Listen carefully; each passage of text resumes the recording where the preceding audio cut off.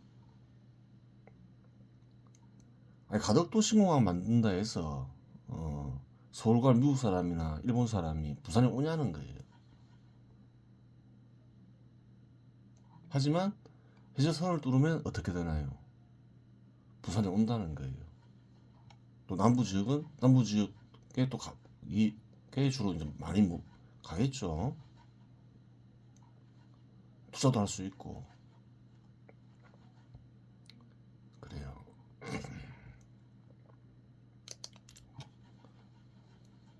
기술적으로도 가능하고. 그럼 일본 사람만 남부 지역에 진출하느냐? 그렇지 않겠죠.